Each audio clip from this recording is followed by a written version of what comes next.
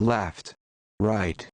In this week's episode 250, we talk about how to get a girlfriend. Let me know if you agree with our advice. If we missed anything, throw in the comment. I'd look forward to hearing your opinion. This is SipTalk. Grab a drink and enjoy. Of course, let's go.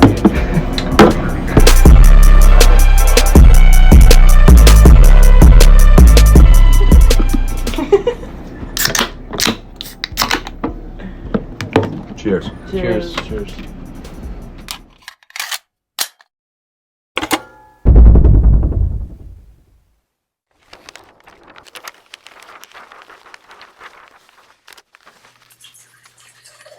All right, we are live. This is SipTalk, episode 250. My name is Justin DiGiulio, joined by James, the Bosnator Boswell, philosopher, philanderer, philanthropist, philatelist, phlebotomist, arachnophobiast, man of many PHs, out of Charleston, South Carolina.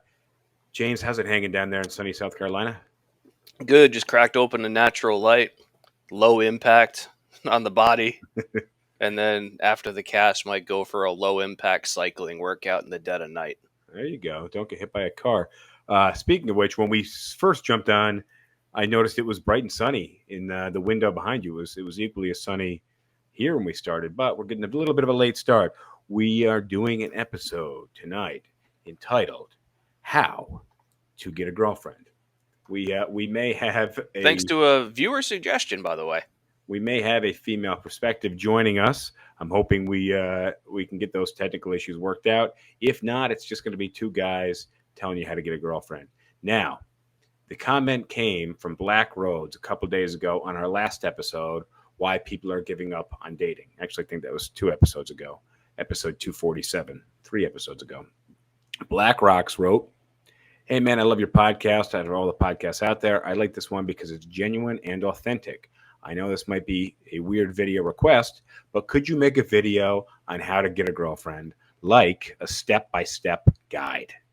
So we endeavor to do so this evening, your step-by-step guide, how to get a girlfriend. And I even though we're neither one of us is a female, and like I said, we're hoping to bring on a female perspective, I actually think that you and I can bring some pretty good value, given we're both now in our late 30s. We've had a series of relationships.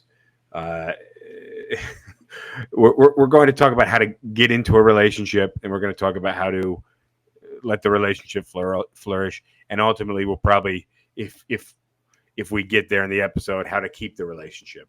But I can certainly say maybe even how to end the relationship. Maybe how to end the relationship, which I think we actually have notes on. Yep. But I can certainly say that we are both proficient at getting into a relationship. A few minutes prior to going live, James, you were just telling me, "Oh, I'm in this situation. I need to tell this person I don't want a relationship." It's kind of like the tides are turned. So yeah, it's but you might. Yeah, as a male, I'm in the position of like, no, I just want to be friends. I don't want anything physical. So, but I think we can both acknowledge that that's typically not the situation. And I would also say when we were both quite a bit younger, we were pretty shitty at trying to get into relationships, kind of maybe different stages. And then we both probably got some legs and then got pretty good at it. So I think our step-by-step guide is going to be good, as it will be comprehensive, but also it's real world advice. We're talking from our own perspectives. And, I'd say at least like steps 1 and 2 are going to make your life better, whether or not you are looking for a girlfriend. I completely agree. And the thing is, this isn't going to be like the advice out of the back of or even the center, probably cover story of a 17 magazine or a Cosmo magazine or some bullshit like that. This is going to be real, actual advice. Just like when we do our holiday gift guide and we tell you the types of things that we would actually want as guys and as humans. It's not sponsored by some company telling you to buy somebody a cute sock set, because who the fuck wants socks for Christmas? I don't think there's no products that we're recommending here. No, but point is, it's genuine. It's our perspective. Yeah. We're real people. We're not being sponsored to spew some stuff at you. I'm going to pour myself a drink. I've been sat here since we did get a late start. While you're doing that, melting. I'm going to hit rule number 1 or step number 1 so we can just get right into it. All right. I see. No, don't let us forget to cover the bar trivia, by the way. We have bar trivia answer from last week, and we got a new bar trivia. It should be coming up at the end of this episode. Go ahead. But we'll give the answer to last week's bar trivia in about 25 minutes. All right. Rule number 1. Be dateable. So I think being eligible to be dated is kind of the core ingredient, whether you're looking for a relationship or not. And that's why you said it will make your life better, regardless of dating. Do you want to lead off on this one? Well, yeah, because your rubric, really. Yeah, be dateable is you're not going to find a girlfriend if you don't present some attractive qualities. And so what we're going to do today is we're going to teach you how to be 6 foot tall or taller. We're going to teach you how to be wealthy. We're going to teach you how to be mentally stable and how to get a sick car. I don't think any of those really matter. But we'll go through these. The classic one is rules 1 and 2 of dating: be attractive, don't be unattractive. Now, you're going to have limited control over the first half of that in terms of how attractive you are, but you have a lot of control over being unattractive. So you where you fall on the genetic spectrum of being attractive, that doesn't actually matter as much as you not being unattractive. And being unattractive isn't necessarily defined by your jawline. A lot of it's defined by how well you take care of yourself, how you present yourself, how confident you are. And a lot of this can be, what's the word I'm looking for? Can be changed really on the fly. Like I could look at somebody. I coach salespeople for a living, and some of these guys come in, they have no idea how to carry themselves, and I can sit with somebody for 30 seconds and make them appear as a totally different person just by tucking in the a span shirt. of 30 minutes. Hygiene, posture, and fashion sense go a really long way. So let's lead. Let's say we're talking to somebody who really has no idea what we're talking about. Let's lead with hygiene. Okay. So hygiene, I would say, it means you're showering at least once a day. Okay. Ideally, if you're looking to get a fresh start, and the thing is, some people might have acne or something like that, which means you have to do a little extra work to treat your skin, but you have to be, and there's no plug for the brand, but you have to be proactive about it. Meaning that you actually have to be taking care of your skin, especially if you have bad skin. But you want to be clean. You don't want to smell bad. So, shower, brush your teeth, shave, keep your hair cut relatively up to date. Yeah, trim your. Oh man, a lot of guys don't get this, but fucking trimmed fingernails. Now, women can grow their fingernails out, but guys you should have a millimeter or less of kind of the white end of the fingernail. Yeah. Once it starts to grow out, it just gets dirty and it looks gross. It's just a part of your body that just collects bacteria. So you want your nails to be trimmed. You want your hair to be well kept. You should have a hairstyle or a short haircut. It doesn't take a lot of work. But so many of these things are just pay attention to them. The difference between be attractive and don't be unattractive is the same as smell good or don't smell bad. Okay, right? So you don't have to smell great, but you can't smell bad. So you don't have to be attractive, but you can't be unattractive and not taking care of yourself. Yeah. All right. So the next one's work on your fitness, and everyone starts from a different place, but it doesn't matter where you start. You can always work on your fitness. Well, that's why I said in terms of not being unattractive, you got to make the best of the hand that you were dealt. So you can always be getting better, but the goal is you were dealt a certain number of cards. You're in whatever shape you are now, but take care of your fitness. So whether it means regular exercise or some type of fit, everybody on earth should be doing something physical every single day. If you literally have a sedentary job, then that means that you need to go for a walk or go for a jog on a daily basis. Yeah. Go for a run. If you can't do that, go for a walk. Do some sit-ups, do some push-ups. You don't need to spend any money really, besides maybe for a pair of running shoes. And then if you want to do more, if you want to get a membership at a gym, you want to get a bike, whatever, you want to join a sports team of some sort, go ahead. But you can do this for very low cost and start seeing results within a week. Walking and running is free. And that's the physical aspect of it, you can also, and you and I are doing this both right now. We're severely cutting down on how much we drink because we want our fitness to move in the right direction. So we're both trying to be more fit. So we've cut down on the drinking. So fitness isn't just being active, but it's also watching what you eat. And the thing is, as you work on your fitness, as you start taking care of yourself, you actually start to care. So some people might say, hey, I don't know what I'm doing. I don't know how to look good. I don't know how to get in shape. You start with the small things, and then you're just improving yourself 1% better each day. And before you know it, you're a hell of a lot better. But you just want to make sure you're moving in the right direction. Yeah, fitness works like compound interest, where even if you just make small deposits every single day, it pays interest. But a lot And of people continue to deduct. They say, yeah, hey, I'm going to eat like shit. Hey, I'm not going to take a shower or something like that. Hey, I'm not going to get a haircut. If you're not moving forward, you're slipping behind.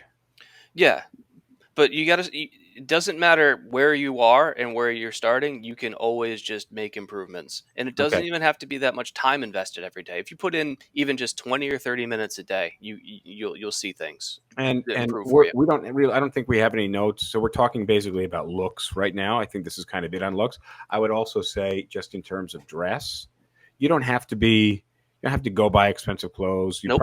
You probably shouldn't be wearing these kind of ostentatious big label brands, but at least buy clothes that fit. I Hmm. think that's the big thing. Understanding what a pair of clothes that fit look like. They shouldn't be hanging off you. They shouldn't be skin tight.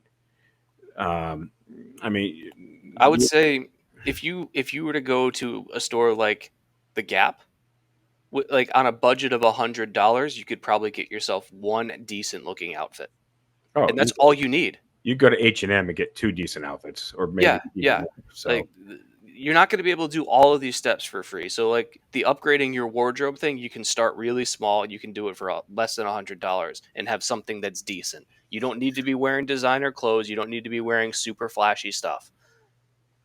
Next one, develop your hobbies and interests. so this is about being more of a well-rounded person, having some depth to you, having some depth to your personality. If your interests are, I go to school or work and I play video games, you listen, you really want to do that for the next fucking 70 years?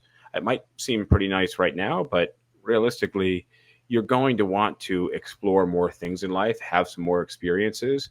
So what you're looking to do is find out about more things in life. Go places you've never been to, read about, learn about things you're not familiar with, meet people you're not familiar with, but just have some depth. Yeah, and I will say, as somebody who loves playing video games and spends a lot of time playing them, they're not a great hobby to have when it comes to trying to meet people. You Because you are self-admittedly a nerd. You play yeah, Magic the Gathering.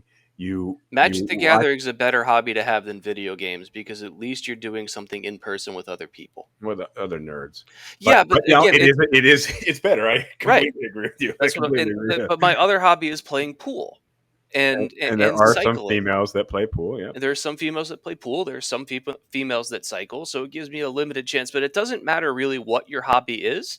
Just have something that can get you out of the house and meeting other people that you enjoy for itself. You shouldn't be picking up a hobby because it's going to be something that'll allow you to meet other people. Because, like, I had a friend that I cycled with that would invite me to go to, like, some of her yoga classes. And she's like, yeah, there's lots of attractive women there. I'm like, I'm not going.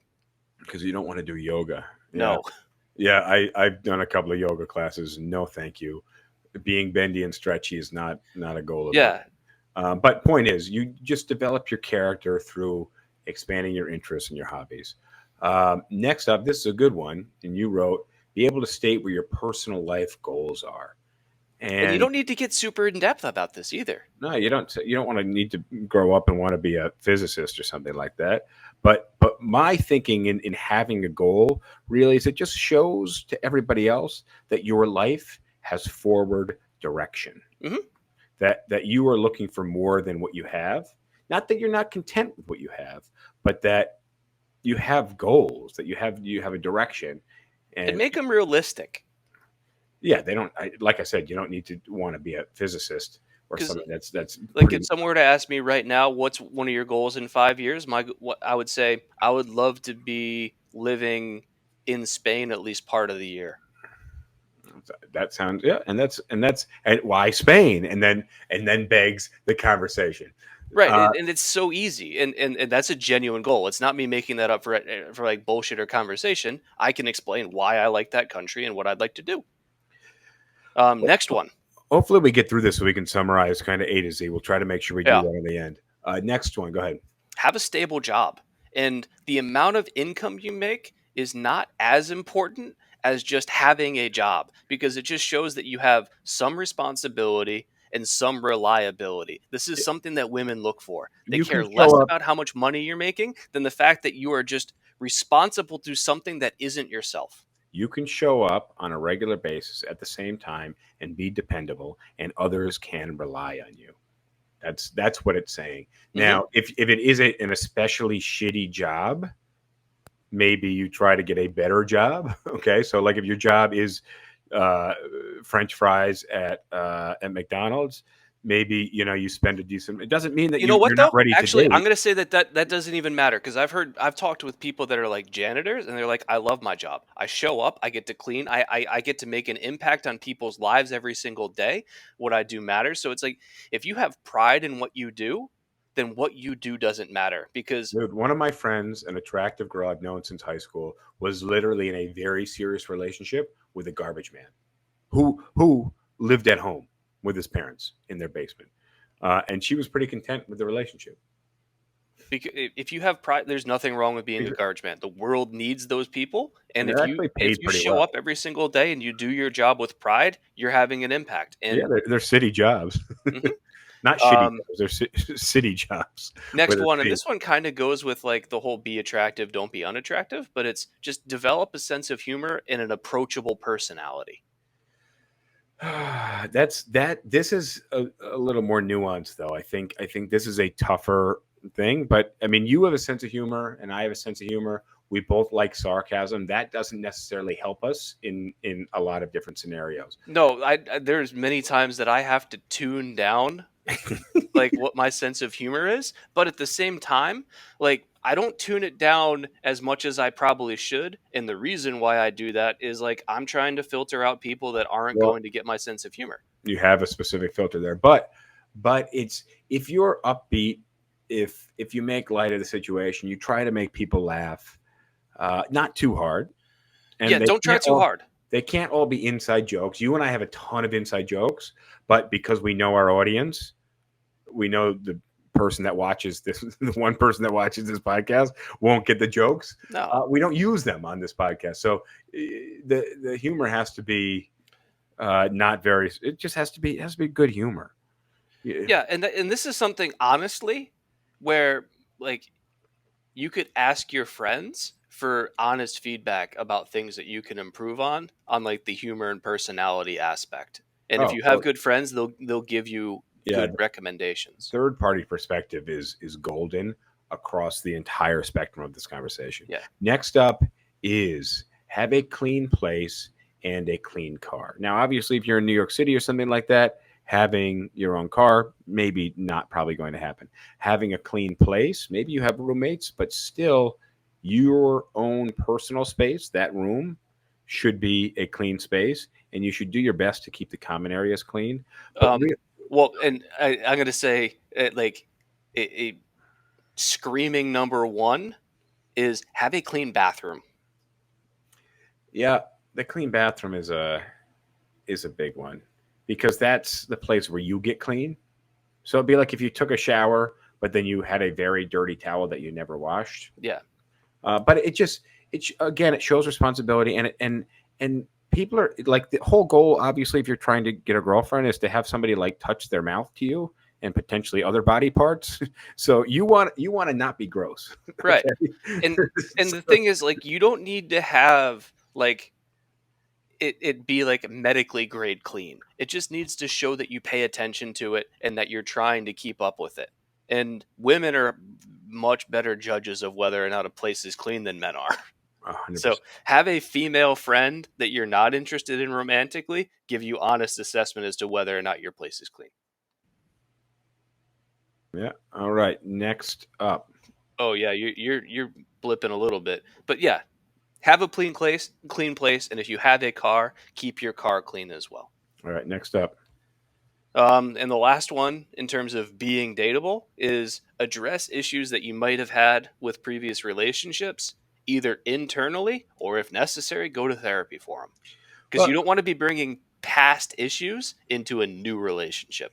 That I notice is a big issue, and you know, having the dating history that I do, it's I've done it, and I've been on the receiving end of other people that are doing it, whether they're jealousy issues, whether they're just being closed off. There's a lot of issues that people have from other relationships that are kind of mental and personal issues.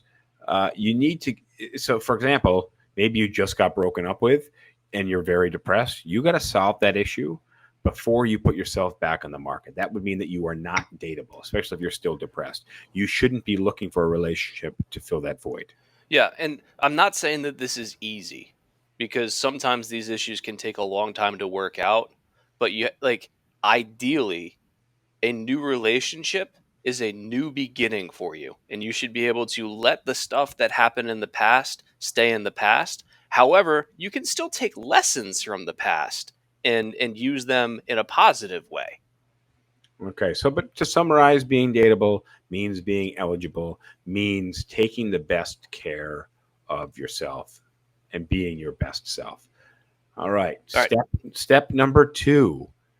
Know, let's see. Know what you want. Understand what you want. Determine your best strategy for achieving it.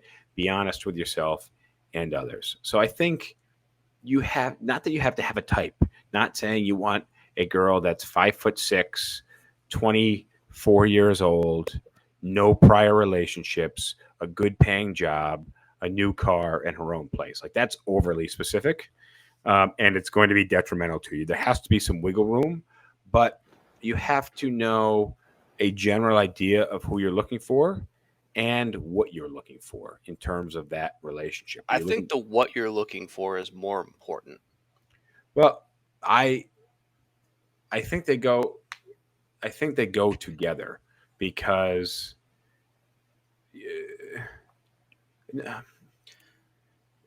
I mean, I'm not saying you have to have a type, but I'm saying you have to have, you know, if somebody approaches you that doesn't fit what you're looking for, you shouldn't be entertaining it.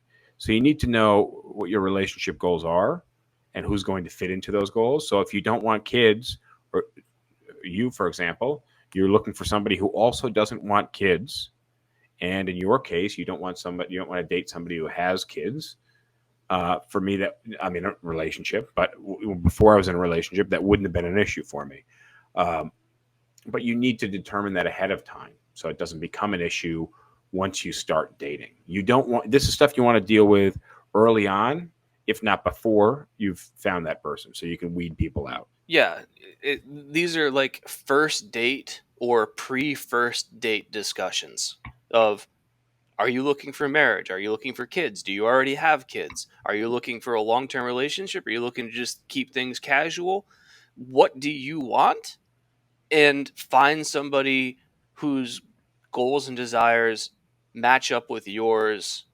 Depending on how Pretty closely. Depending on how you meet that person, it probably most of the time is going to be a first date conversation. But you also, and we'll talk about the first date in a minute, you don't want that first date to just be an interview. Like, that's a terrible. No. If you're just running down the list of things that you have these check boxes for, that's a bad first date. No, but like, it's a pretty natural question, especially if you're doing like an online date where you've never really met this person, to ask the person, what are you looking for here? But if you hold yourself at a high value, you're not going to want to be wasting your time. So these are going to be things right. But if you say, what are you looking for here? And then if they say, I'm really looking, I want to find the next person I date is the person that I want to marry. If that's not something that you want, then you can say, I appreciate you being honest, but that's not what I'm really looking for. Or maybe it is what you're looking for and you're good to go. But it doesn't have to be a long, drawn out conversation. It's really just saying, do we match up here? But also, like, you don't want to be deceptive about it either. If you're looking just to hook up and that other person's looking for something long term, you should not then lead them on. No. Trying to just get your hookup. If you're looking for a long-term relationship and you think the other person's just trying to hook up, and you try to like trick them into a longer relationship, that's also fucked up. So Yeah, you know, be and willing to walk away after the first date. it's a confidence thing, but it's also like the right thing to do. And you have to it sometimes looking somebody straight in the face and saying this isn't going to work out or we're looking for different things can be really fucking difficult to say. But listen, it's fucking life, man. Right? Yeah. Like there's a whole nother human that you're dealing with. You need to treat them with the same respect that you would want Well, and you them said to don't treat make you it like with. a job interview, but in this case, it's very much like a job interview where, like, at the end of the day, you've got to make a decision, and it's better to just, like, instead of stringing on the candidate and saying, "Oh, we'll get back to you in a couple of weeks," and or whatever, just be like, no, like, you either fit the criteria that I'm looking for or you don't, and like, you wouldn't say any of these things directly the way I am, but that, like, I think the Oh, you mentality. can. Some of them you can. Some of Well, them you some of can. it you can, yeah. Let's move on though. I think we covered this. Let's move on. I also want to remind people that if you want us to see your comments, you've got to join YouTube, Facebook, Twitter, or Twitch. Search my name, and you will see the live stream, and we can read your comments that way. Don't forget to subscribe to YouTube and the audio podcast platforms. But if you want to comment live, you want us to see it, you've got to jump off TikTok. You got to jump off Instagram. Yeah, I'm surprised we don't have more comments on this because, or maybe we're just dead on and everyone agrees. I've seen some comments come through, especially on TikTok, but unfortunately, I can't keep up with that because it's not showing on my main screen. So right. next up, be eligible. 2, know what you want. 3, come up with a plan to find women. Oh yeah, I didn't put the plan. It's just like number 3, you have to find women. So, A, you need to go where women are. So, you have told me before, you say, oh man, I work from home. I spend a lot of time at home. I get out usually at least once a week, but I go to pool hall. I go to play pool, which is mostly men. And you and I have talked about that. Not that you've been actively looking for a relationship, but you and I have talked about how your options there are very limited. Right. If I were more actively seeking a relationship, then I would be going to different places besides just the pool hall to try and put myself in a position to meet women. Not actively seeking them out, but just being in the same space that women are is going to increase your chances that you're going to have a conversation with somebody.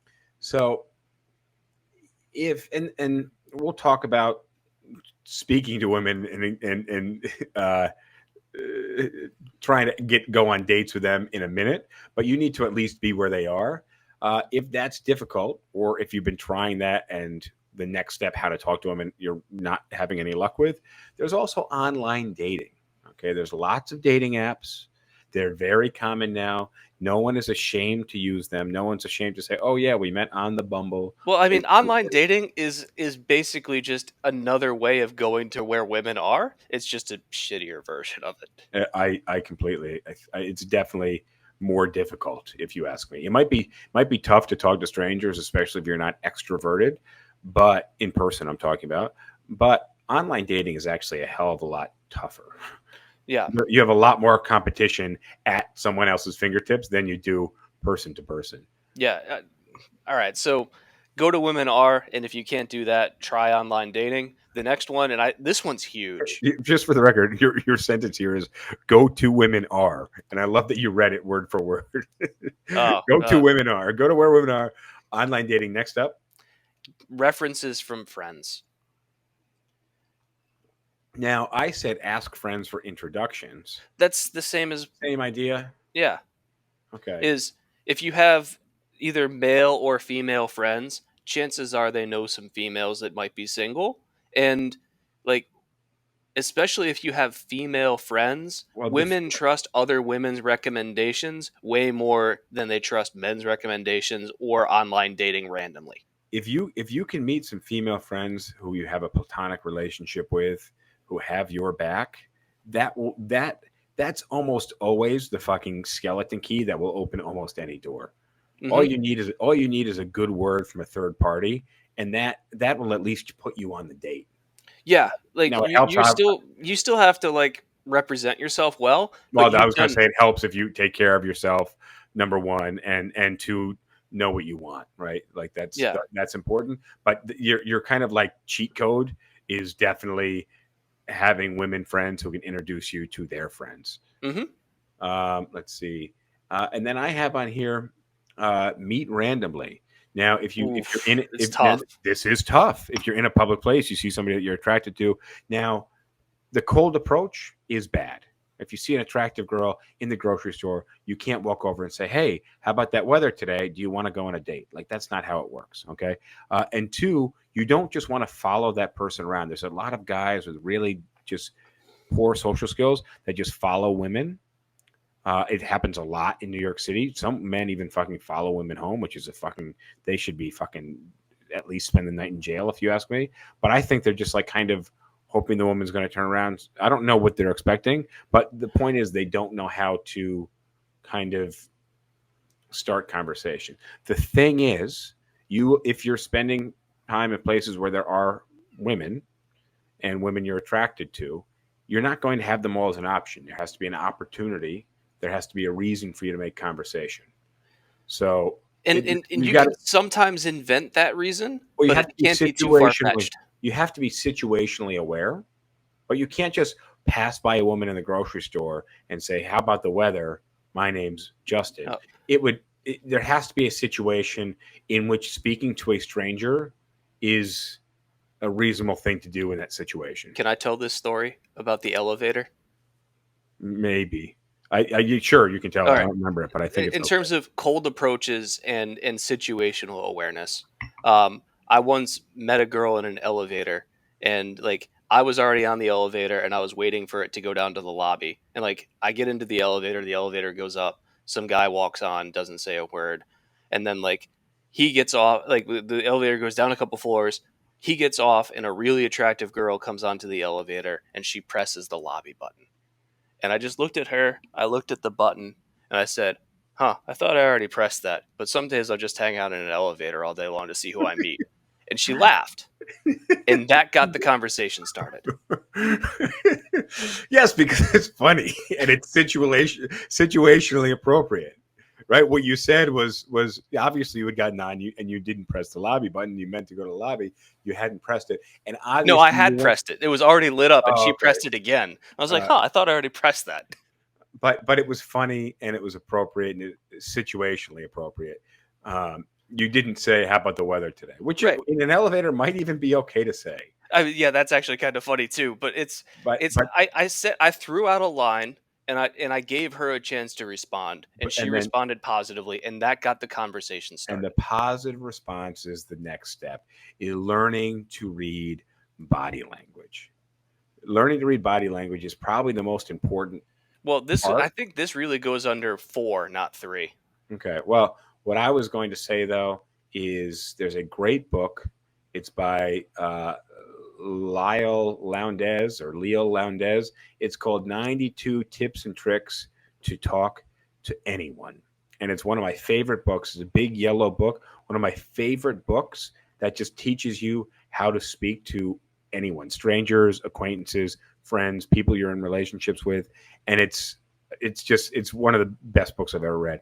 Let's take a break before we get to number 4 and answer last week's bar trivia. You guessed this, James, by the way, as I said it. And I realized as I said it, I gave it away. And I'll read it the way it should be read, and then I will repeat the line that was the giveaway last time.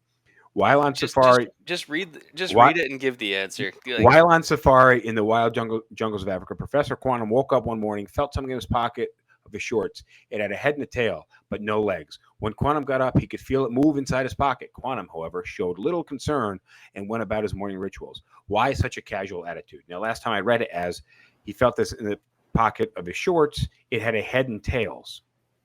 And you said, "Oh, a coin." And you were indeed correct. I fucked that one up. But in his pocket had a head and a tail, and it was a coin. That's why he was not concerned with it. All right, number 4, hit it. no. Number 4, learn how to talk to women. It doesn't matter if you've done 1, 2, and 3 correctly. You can screw everything up in stage 4 Yeah, when you actually have to talk to them. and that's why also that book was a good segue into number 4. Is you have to have good social skills. And I, Actually, you just have to have not bad social skills. It's, again, be attractive, don't be unattractive. yeah, and just having bad social skills, not being able to read social cues. These are actually things that you can learn. There's a Mhm. ton of YouTube videos about it. There's some good dating coaches and dating books that teach body language and things to say, and not like negging women and making No, fun. no, like, I've soured And on a lot of, like, the pickup artist stuff, but yeah, one well, a thing lot that of it's pretty lousy. yeah, but one thing that I think they do have right is learning the power of body language, both in how you conduct yourself and how to read what the other person is So saying when they're not talking. what you have written down, what's referred to as IOIs, indicators of interest. You should be looking for an indicator of interest. So, for example, you do make a comment on the elevator to somebody and they don't really laugh or look at you.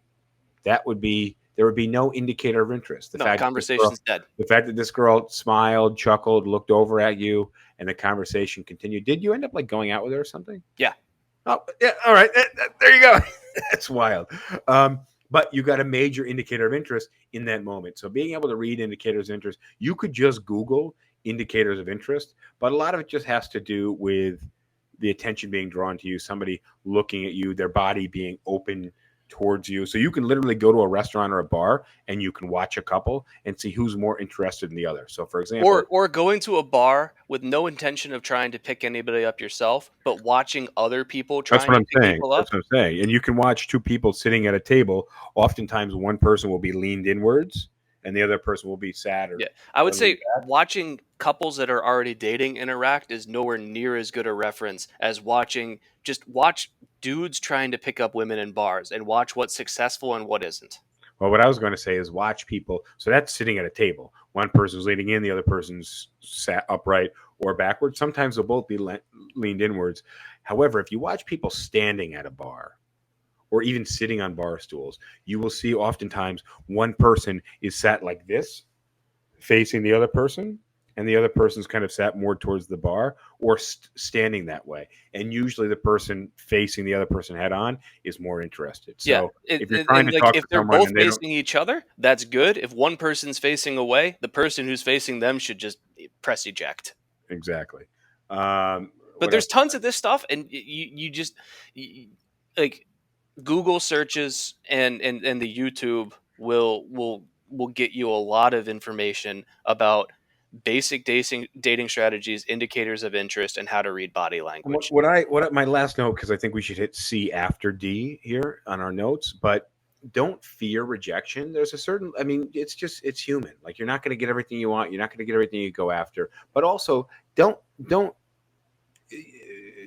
you should not be afraid of rejection, but you should also be kind of aware of the things that are leading up to it. So when we talk about reading body language, what you're doing is you're preempting the situation. You're not putting yourself in a situation where you say, by the way, can I get your number? And they say no, right? Because you already are, but by the time you say, by the way, I'd like to see you again. Can I have your number? Or what's your number? You already know that they have given you several indicators of interest. It's like the advice they give to lawyers in court, which is don't ask a question you don't know the answer for. Is if you're asking a girl for her number, you should already know that she will say She's going to yes say to yes. it. Exactly. Yeah. So you shouldn't be afraid of rejection, but you really should preempt it nearly all the time. And then last up, which is this, we don't even have any notes on this, but this is kind of a big one, is what to do on a first date, where to go on a first date. And I don't think this needs to be any profound. No, like we could do an hour-long episode on this. I think we did it. I think we did an episode. We might have. First dates. We brought 250. This is 250th episode. We have quite a few in the library of SipTalk episodes. Like, do the 2-minute rundown on first date advice. Well, listen. Go ahead. I would say pick someplace public. Pick someplace. A first date should really not be at your place or their place. No. Pick someplace public. Pick someplace that is near other interesting places. Oh, that's being able to progress from one place to another place is a really big deal, especially bond building, psychologically going from one place. When you first meet, you are two separate people. When you go to the next place, you are Yeah, a you're we. putting You may not together be a events. couple, but you're a we. You're sharing experiences, whereas you're both having unique experiences on that first meet. But when you go to the second place, you now have a shared experience. But by picking a place that's near other interesting places, you're also introducing flexibility if that first place doesn't work out for whatever reason. You Well, can it say, could oh, be this too place doesn't work, loud. we can go there instead. It could be too loud. You might not be able to get a seat. They might be closed. Who could be Yeah. a private party, but it needs to be a place where you can have a casual conversation. So a movie, not a good one. No, It's movie's terrible. especially if it's a first date because you're just sitting next to a stranger for 90 minutes at least without Yeah, being able to talk. and I would say don't pick a place that is too cheap or too expensive. I mean, yeah, you don't want to go to McDonald's, but you also don't want to go to like a Wolfgang Steakhouse, which I mean that's kind of low level expensive. But you don't need to be breaking the bank to show how rich you are. It could be a Starbucks. That would be better than a McDonald's. But Yeah. I like the idea of drinks first. Drinks and an appetizer is good. Yeah, I think that's a good. And if you want to go out for dinner after that or more drinks, Right, but that's back to number 2, pick a place that's near other interesting places. But and I then think that's fair enough. for I the mean, rest of the you first can- date advice, that we've given like the short version of where to go, and then the rest of the first date advice is be comfortable, be confident, and let them talk as well. So actually, yes. We mentioned earlier it shouldn't be like an interview. You're not asking question after question. What you really want to do is you want to have intrigue into the other person. They say something. You shouldn't say, "Where do you go to school?" They tell you where they go to school, and then you say, "Where do you work?" Okay. The questions should be as if you're intrigued by their answers. Where do you go to school? Oh, that's interesting. How did you end up there? Yeah, or what was it like? What did you study? Like, ask follow-up questions and then see if they ask you related questions back, and then that now you have a conversation. But yeah, it again, it needs to be casual, just as if you were talking to a friend that you haven't seen in a while. You need to be genuinely interested in them. And sometimes you won't be.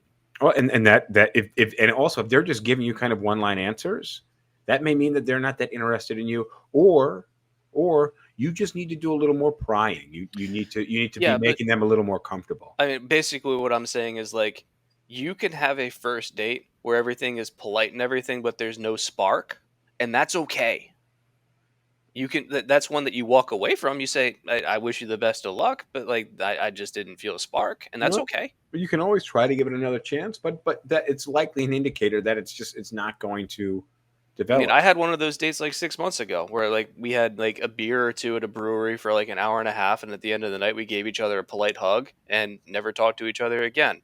Like nothing bad happened, but there was just no interest. I'm glad that you added that it was a polite hug versus an impolite hug. That would be Well, as opposed to like a sexual passionate hug. harassment. Passion. It was the hug of passion. Well, yeah. No, you were patting her on the back. I don't know, but like it was one of those ones where it's just like I know what you mean. no offense was taken by either party. It just Uh, wasn't something that either of us were really interested in. yeah, That's and- okay. You were just patting on the back. It's all right. It didn't work out. You get him next. I didn't say that. You got the Deep down next she one. knew. All right, next up, starting the relationship. So you had a successful first date. You asked them on a second date. They agreed. Now, a couple of things. Your first note here, James, is moving too fast or too slow. So I would say just right off the bat, the next date, it would be an indicator of moving too fast or too slow. I would say roughly a week later, probably okay. 5 to 9 to 10 days later, probably okay. If your next date isn't until 3 weeks later, that's too slow. If your next date, you're just asking them to hang out the next day, unless that particular first date was fucking wildly successful, asking that person to hang out the next day, It's too much. maybe they slept over and it was that great of a date. But- Yeah, But that might be an indicator of moving too fast. But then also how fast you're letting yourself emotionally become invested in them. Mhm. Right. And that's if it's happening too fast for you, then maybe you have some issues that you haven't dealt with, which we talked about. go back to step one. Go back to step one. We talked in step one. And if yourself isn't getting attached at all to this person, you don't have enough interest in this person, you don't want more with this person, that may be an indicator that maybe one, you're not ready, or maybe two, they're not what you're looking for, which was step 2, know what you're looking for. Right.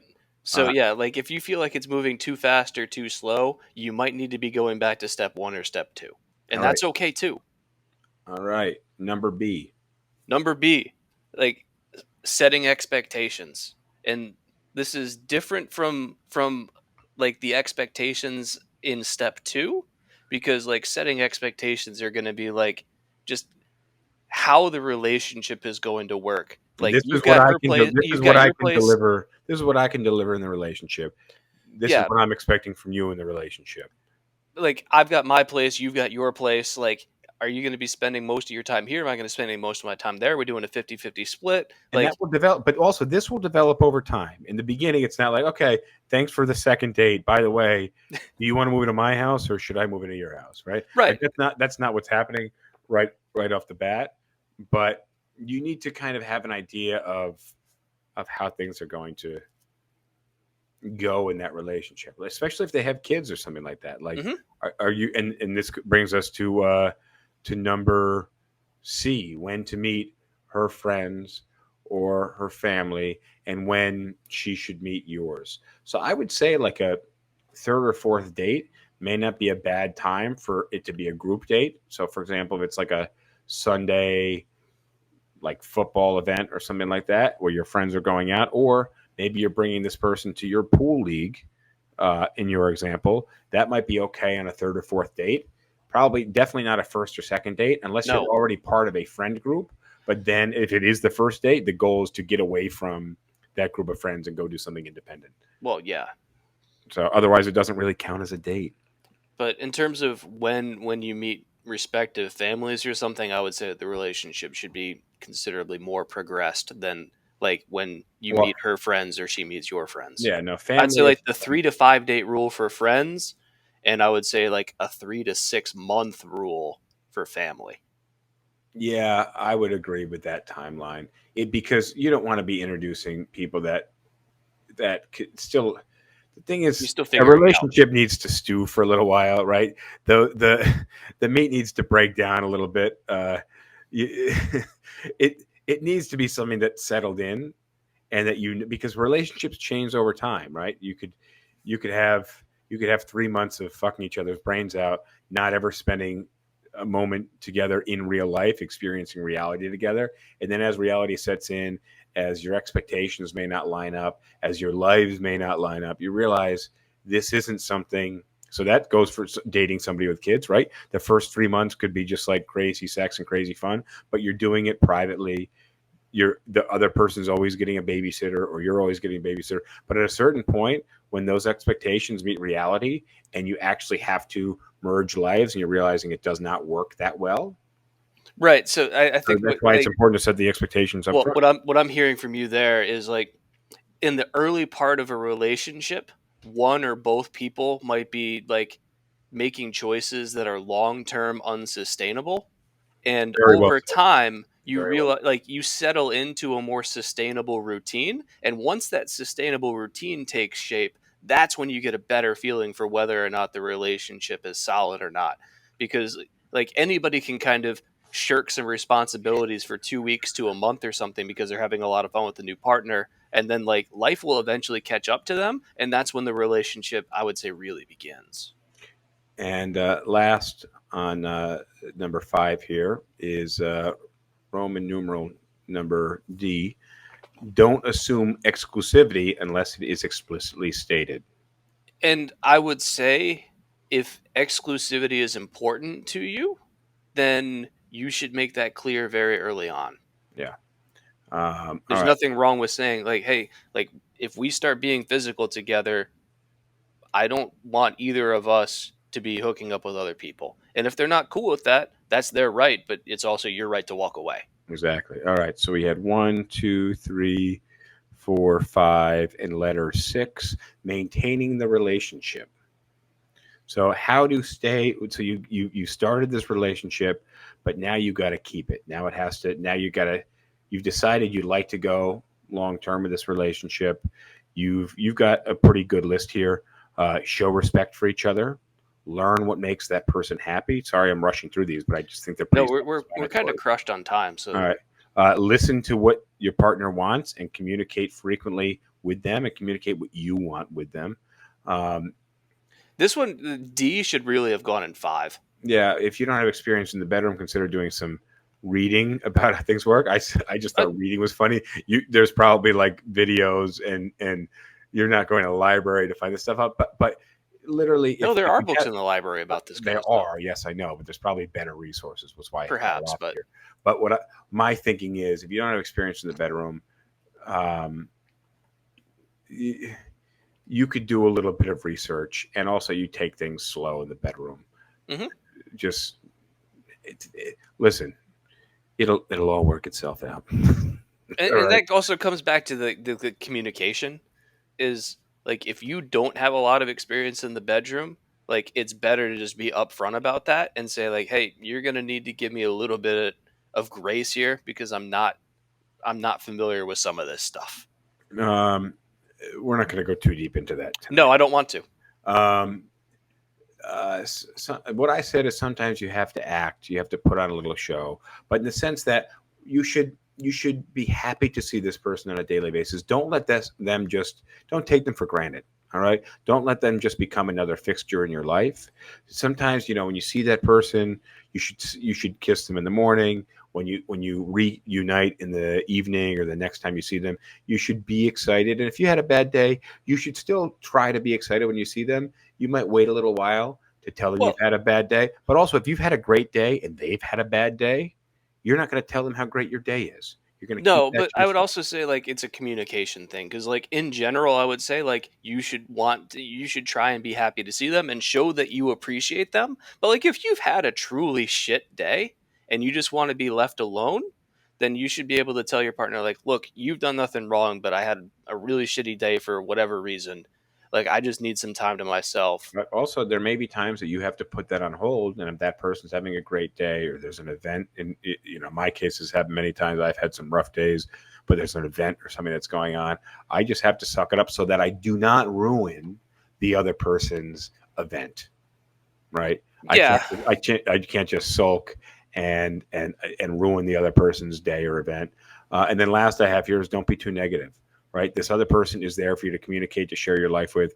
But if you're just being negative all the time, no bueno. Next up here, if things aren't going well, it is important, and this is a real relationship skill, knowing when things need to end. And a lot of people, you would be surprised. You would think this is a really easy one, but it's not. A lot of people get trapped in relationships. A lot of people spend a really long time in such a terrible relationship where they're miserable, the other person's miserable, only because they're afraid to pull the plug, they're afraid to rip off the Band-Aid. Oftentimes because they don't want to hurt the other person. Many times because they're afraid or they don't know how to do so, but also many times because they don't want to hurt the other person. And the thing is, sometimes if it's that bad of a relationship, the other person will be just as relieved. Now, if it's an abusive relationship, which is number E on your list here, the other person may not be open to ending that relationship. Then you may need to actually get some serious help. Well, and I think, and this is something that I've done a fair bit of reading on, because when you think, like, and most oftentimes it's the woman that's being abused in a relationship, but not always. And from an outside perspective, you look at it and say, like, why don't you just leave? And, like, it is so much harder than just saying, just leave. Well, that's my point. Is abusive relationship is a little bit different than kind of where we're going in this kind of lighthearted last 7 minutes of this episode, but that's a different story. So let's start with number A here. Yeah. So, and, like, in this list, we're not saying that any one of these things by itself is an automatic reason to end the relationship. Okay. But number A. Number A, you realize that your life goals are different from theirs. And if you want to reach those goals, you're not going to be able to do this in that relationship, or if you're not able to do it in the relationship. An easy example would be differences about children. or location that you want to live in. Yep. Next up, your lifestyles are too different. Maybe one person's very outgoing and extroverted. The other person likes to stay home. Maybe one person works a night job, the other person works a day job. Maybe one person likes drugs or one person likes to drink and you don't like drugs or you don't drink. That could be a thing. Next up is a loss of trust. This is big. Especially with cheating. Once you've lost somebody's trust, you don't really get it back, which is why one of the biggest things I hate about lying is people lie. And as soon as somebody finds out that you're a liar, you've lost all credibility moving forward forever. They will always think of you as a liar because they just always have to question everything you say. Loss of respect. Yeah, I mean, I think if you've lost respect for the other person, this relationship has really crossed a turning point that there's no going back for. Especially if you're fighting, and these fights are becoming more frequent. There will be some disputes and some disagreements in relationships, but if your fights are increasing in frequency, you don't have respect for this person, you have a lot of animosity towards this person, it's probably time to end this relationship. Now, and also it's like the nature of the fights. If like it's natural to have arguments in relationships about things, but it's like, do the fights become personal? Well, that's the thing I noticed in a lot of bad relationships is people actually tear the other person apart, and they're very disrespectful. They call them bitch or piece of shit or just these kind of character teardowns, right? And this is the person that you're with, right? So to a degree, they are a representation of you as well. If you're tearing apart their character, that doesn't say much for you either. But if it's gotten to that point, one, you probably have a problem because that's how you argue, and that's not good. But if the relationship has deteriorated to that point, this relationship needs to be over quickly. And you may also need some counseling. But I would also say, like, think about, like, you have an argument with somebody. What happens in the next couple of days? And I'll give a very quick story of the girl that I most recently dated. We got into a pretty big argument on, let's say, a Friday night over something. And the next day I went for a group ride on my bike and I crashed pretty hard. And I came back home and like I needed to like patch myself up. And it was difficult for me to do on my own. And I was like, I'm still kind of mad at her, but I need her help. And she came over and helped like clean some of like my cuts and everything. And then we made up from the fight. And like neither of us were mad at each other the next day. Like I had a little bit of pride about like the fact that we were in an argument the night before, but I was able to swallow my pride and like we made amends. And so like the fight didn't last and there was still respect that we had for each other despite the argument. Last on here, and I got right after this, we're just going to segue right into the bar trivia, and then I'm going to have some after the live. I'm going to have some bonus content just for about 5 minutes that we can keep on the podcast. So you have to subscribe to on YouTube and the audio podcast platforms. If you're watching live, unfortunately, you'll miss it. If you're no longer excited to see them, if this person just becomes part of the routine, you're taking them for granted. This doesn't necessarily mean it's an end. It may be able to be fixed. It could be an internal issue with you. But if this person doesn't bring value, you're not happy to see them, that's a sign that things are probably going in the wrong direction. All right. On to the bar trivia, episode 250. At 7 a.m., a train moving 90 kilometers per hour leaves Montreal heading for Toronto. At 8 a.m., an hour later, a train running at 110 kilometers per hour leaves Toronto heading towards Montreal. Which train will be closer to Montreal when they meet? I'll give you the details again. 7 a.m. train leaves Montreal, 90 kilometers per hour, heading towards Toronto. At 8 a.m., a train running 110 kilometers leaves Toronto, heading for Montreal. Which train will be closer to Montreal when they meet? So I'm going to. There's a couple of comments I wanted to address. These will be bonus contents. I will read one Reddit comment here. Make friends with as many girls as you can. They will make shit happen. Learned that one at the age of 15. I was talking to a friend at a party, and she and another girl pushed me into a bedroom with another girl. The girls are by far the best wingmen. I thought that was a good comment. I've got one more piece of advice from Reddit as a girl who's giving dating advice to guys. And then I have some of the comments from the post I had yesterday, how to get a girlfriend. So Instagram comments on that. Anything else before we go into overtime here you wanted to address from our list here? No, we hit everything, man. And like we came in right on time. Good We job. did. Yeah, the bonus material wasn't originally meant to be bonus material. It was supposed to fit in there, but what we really wanted to cover, we covered. I'm proud of us. I give you a virtual high five on episode 250. Well done. All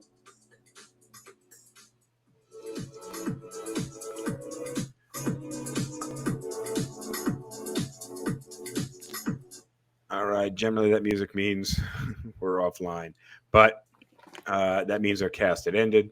Thank you guys. I'm kicking up my feet now. Well, you're still live on Facebook, YouTube, Twitter, and Twitch. I know we're still live. I'm just like now. The point is, don't get too comfortable, James. I know. All right, so let me read you the comments that came yesterday on Instagram when I said, "Hey, we need some advice for this podcast," and that is the called Ty. I said, "How do you get a girlfriend?" And he said, "Money, money symbol, money symbol, money symbol, money symbol." And then Matta Compass said, "Don't be a slob." We addressed that. Going back to the money comment, like you don't have to have lots of money. It helps. It helps, but the thing is, like, if the only thing that you're bringing to the relationship is having a lot of money, then you're going to end up finding women that only care about money. Yeah, money is not that important. Being rich versus being financially stable at the lifestyle that you're living. But like what I'm saying is, like, if you have a ton of money, it's very easy to get women's interest, but you're not going to have women that are interested in you. They're interested in your money. When I was dating and I was running the brokerage, the brokerage DiGiulio group, everybody just thought, it was my name. I was super, super wealthy. One of the first things I would say on dates was, "By the way, I'm broke." just to be like, yeah, I understand all this stuff looks great. It's a nice office, big team, but I'm broke.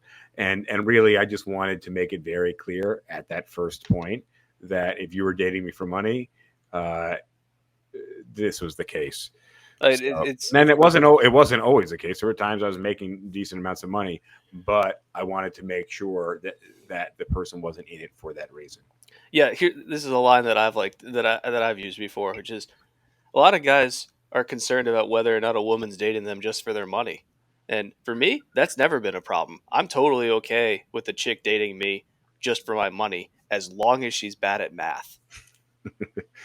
All right. Next up, Martina XX. Don't be an asshole.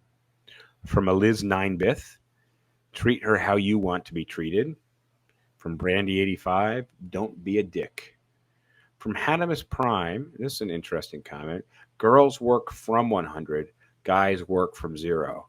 Being safe and kind keeps you from losing points. So basically what she's saying is, and I don't know that I necessarily agree with this, but what she's saying is girls will give you 100% and then everything you do wrong deduct from there. Right? So they're kind of giving you an A+ and it's on you to lose points. You see, for me, it's more like you start at 50. Yeah, that's why I said I don't necessarily agree with this, but it's an interesting concept. And then from Kay Johnson, she said, "Can you have James text my sister?" And then she gave me the phone number. So there you go. That goes back to the women wingman. Yeah, no, 100%. And then what I want to do is I want to read you this comment from Reddit. And it says, as a girl who's been on a real Tinder frenzy lately, the guy I decided to continue to see after the first date was someone who, number one, was engaging and appeared interested in me as a person. He asked me thoughtful questions about my job, my life, my hobbies, etc., and also shared interesting things about his own life and contributed to a good back and forth conversation. So that would be what? Executing step 3? Or no, that's step 4. Learn how to talk to women. Okay. All right. Number B was considerate, but also allowed me to repay the favor. I live outside of a major city, but mostly match with people within said city, this guy included. He was the only one who suggested we meet at a place closer to halfway rather than picking a place in the city. which I get. The city has better options, but I really appreciated the thought behind his choice. He also paid for our first drinks, but let me pay for the second round rather than insisting that he covered. So that's situational awareness. All right, let's see. All Yeah, right. so that guy did like multiple things right. Correct. All right. Roman numeral I made it clear he was into me, but wasn't overly exaggerated or sexual. He made a few cute comments initially, checked in by text after the date, and as we planned the next. But it was also clear that he had his own life going on, and that while he'd like to see me more, he'd be fine shaking it off if it didn't work out. So that is like in the start in the relationship, I would say that falls under the moving too fast or too slow. Where he got that one right as well. And then lastly, letter 4, within my league, this is an overall sense, personality, looks, charm, passion, values, etc.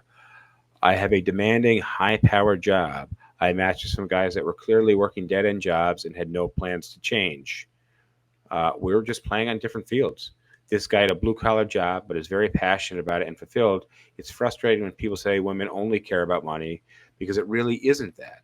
I care about a good job, ethic, and someone who is going to be excited to share their work life with me. So we covered that one as well. 1D, have personal life goals. No, I agree. Yeah, he hit all the advice things that we recommended. I completely agree. So, anything else you want to add to episode 250? Nope. All right, then that's it for me. I'm going to have to say over and out. Thank you guys for joining. Also, go to fucking SipTalkPodcast.com. There's some cool stuff there. You can answer the Bart trivia question on SipTalkPodcast.com. You can buy us a drink on SipTalkPodcast.com. And you can contribute episode ideas on SipTalk Podcast. What I will say is that both me and Justin have taken a step back from drinking. But if you buy us a drink, we will ignore our stated positions in honor of your donation. All right. On that note, thank you guys for joining. Adios. All right, that concludes this episode. Thank you for joining. Don't forget to visit SipTalkPodcast.com. I will see you next time. I like PBR. I just got priced out of it.